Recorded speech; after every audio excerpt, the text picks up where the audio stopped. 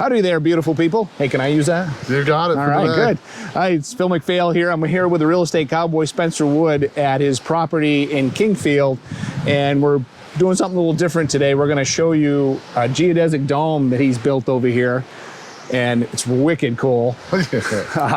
Tell us, Spencer, tell everybody what made you want to build a dome over here in Kingfield? Yeah, so we're about 15 minutes away from Sugarloaf Mountain, which is my favorite spot to go skiing in the wintertime, and we're up in the Rangeley Lakes area, so just a really beautiful outdoor recreation spot. Ended up coming into this piece of land probably about 5 or 6 years ago, before COVID and all that. Like 2018, luckily. 19, somewhere there. Yep, and so yeah, but the geodesic dome, something I've always thought about. I looked at container homes, I looked at all sorts of tiny homes on wheels and other sort of things and kits and stuff like that.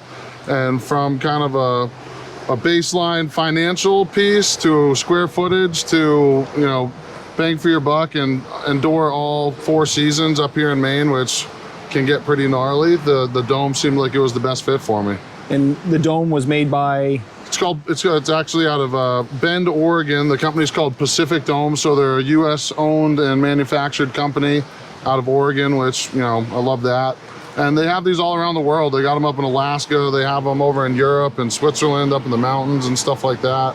So they can handle heavy snow loads, high winds, all that sort of stuff. They're insulated, so everybody's like, what are you gonna do? Like, you can live in that thing in the winter, and these are really well insulated. It has a wood stove kit and all that sort of stuff, so you're able to really stay cozy in the middle of a Maine winter. It's just gonna be fun.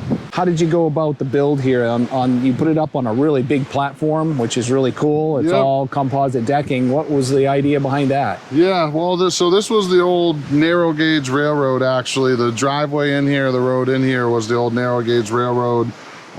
So back here, you're able to see the view of the river right here, which is behind you guys, but there's a bunch of little rapids and stuff like that. So the higher up you go, the better you are for a view. And if natural disaster hits, you're a little bit higher out of the flood zone area if it happens that way. Haven't had anything, come close yet, but never helps when you're close to a river to go up a little bit higher. Yeah, for sure.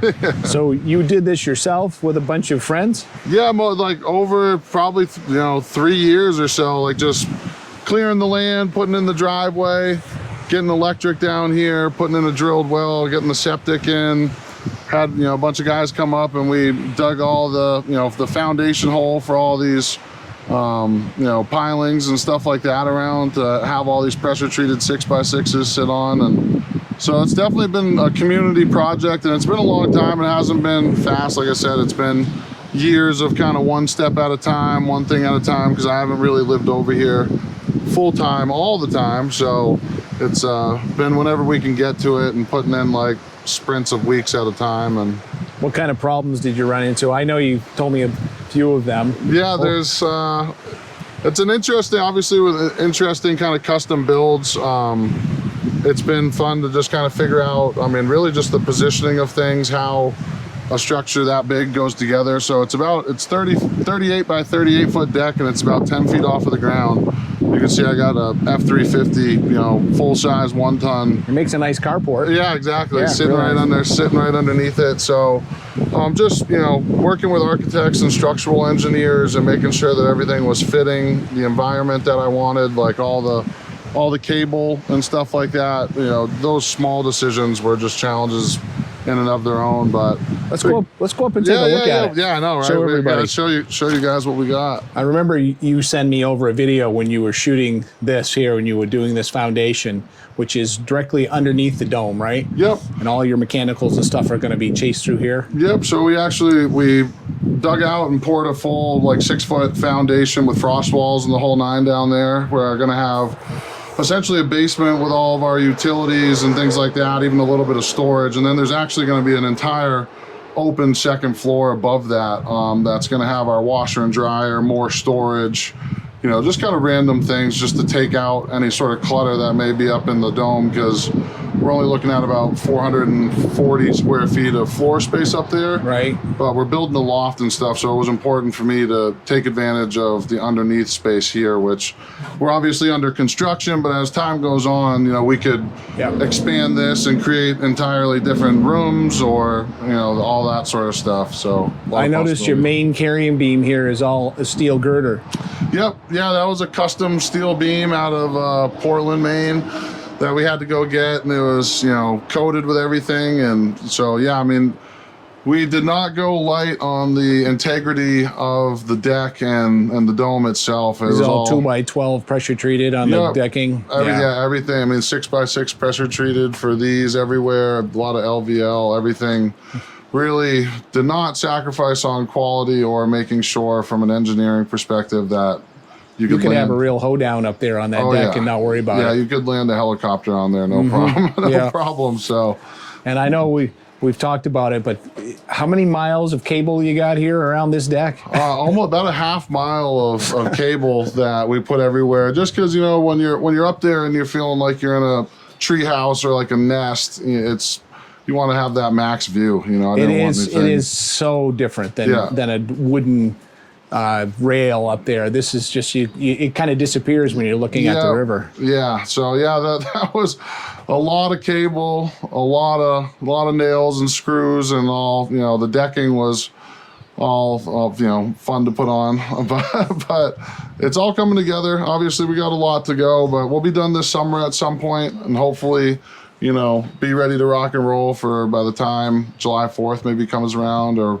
maybe when the leaves start falling is probably more likely, but yeah, we're getting there. Yeah, you know, it's and you're still selling a lot of real estate. Yeah, exactly. Still trying to sell other real estate. We're kind of like carpenters that way. Our houses are usually the last ones finished. Yeah, exactly. Let's go check this second floor out here. Yeah, come on up.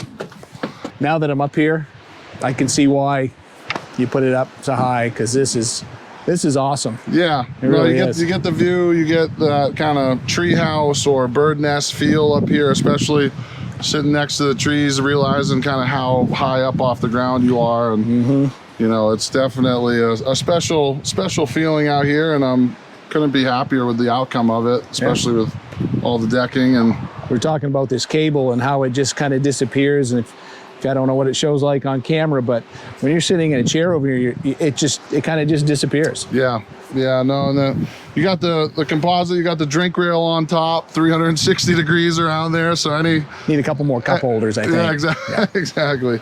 Anywhere you are, you can, you know, have fun, take advantage of the views. You got mountains that are around that you can check out and all sorts of stuff, and eventually this will have a bunch of furniture and a hot tub up here and an outdoor shower, hopefully, and all that sort of stuff. But very nice. And then the dome is this is all steel rail. Yep. Yeah. So the dome itself is a 24-foot or like a 24-foot circumference. So it's 440 square feet of floor space, just about. Yeah. And then you got this big window up front here. This is all like marine vinyl.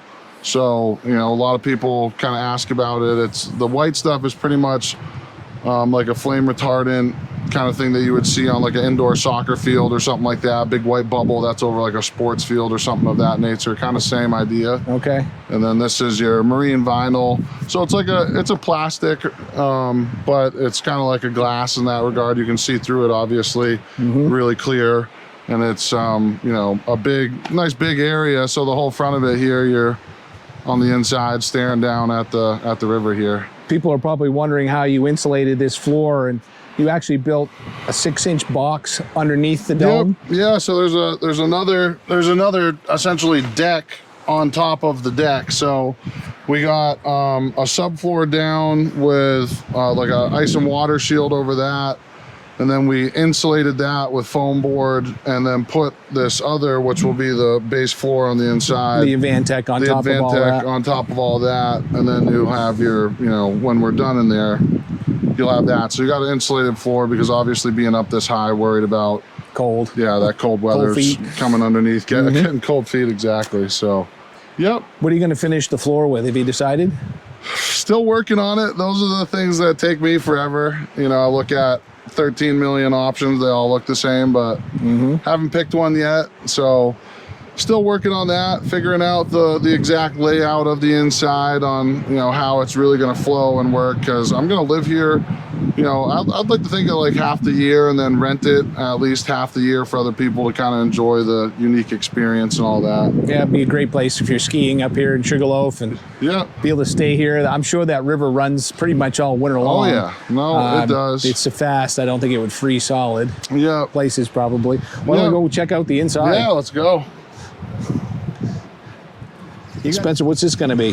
So this is going to be a little mudroom kind of entrance here. So obviously you got your main door right here, but we're going to have this be a nice little insulated space for, you know, wet dogs and clothes and stuff like that. So there'll be a door you'll walk in and just have kind of coat hangers and some, you know, places to store things and cubbies and stuff like that. Have you already figured out how you're going to attach it to the dome, or are you just going to have a freestanding wall? No, here? so yeah, that's a good question. There's actually, you get more fabric, more of this kind of marine vinyl actually, and it's almost like a glue or like a cement that you can essentially seal it to it. So more or less kind of take it, wrap it around your traditional framing and kind of create that seal. So it's almost a chemical bond with a glue. Yep. Yeah. Yeah, exactly. Pretty cool. Exactly. And then you come right in and check this. So some of it, obviously. Very nice door. I want it to be a full regular size feeling apartment. So you got, again, 440 square feet of floor space, but we got 14-foot high ceilings, so we're gonna build a loft in here. How are you gonna do that? You're gonna use another steel beam to support it? No, so we're gonna just build, you know, traditional, essentially framing and walls like right here that will also, you know, support the kitchen and the full bathroom that'll be in this back corner here. So, you know, the ceiling for that will be the floor of the loft up here. So the front of this will be like an open living space? Yep. So yeah, you'll come in, there'll be like a little wood stove right here with kind of like a, you know, little small little table with 2 seats or something. And this is gonna remain open, have a couple, you know, big lounge chairs, if you will. And this will be just about like a wall right here with probably like a Murphy bed or a pull-out, you know, couch, something like that. But the main bed will be up in the loft. Cool. Just to kind of keep it out of the way. Because the loft's going to just be open. Yep. And you told me you're going to put a heat pump in here for heat and AC? Yep. So yeah, it'll have a heat pump for heat and AC. It'll have the stove as well. Yep. So, you know, we're ready to rock and roll. They're built for, you know, year-round use. This is actually a big insulative layer that's inside of it right now that we put up around Easter. So yeah, that's what the beauty of these are. They're built for all conditions. So we'll have some fun with it while we tweak, learning what works and what doesn't. But a heat pump and a stove should do just fine, I think. I think you're right. So we're up here in Carabasset Valley. For those of you who don't know where that is, you can check it out we'll show you here on the map. But you love this place. I have not spent a lot of time over here myself. But tell us a little bit about the mountain. Yeah, the Carabasset Valley, Kingfield is really kind of my happy place, along with like many other people, especially with Sugarloaf, with the skiing that it brings. You know, some of the best skiing on the East Coast, if not the best, depending on who you talk to.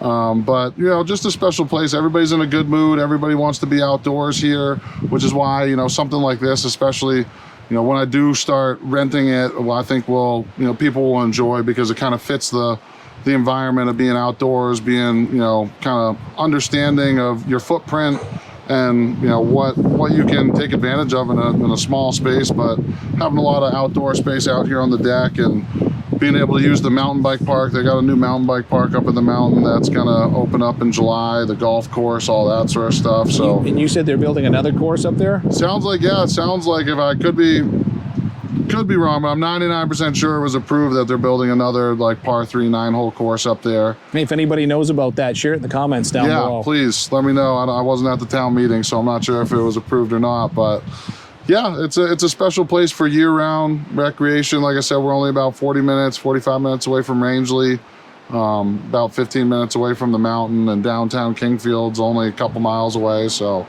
great little location here to come enjoy. Awesome.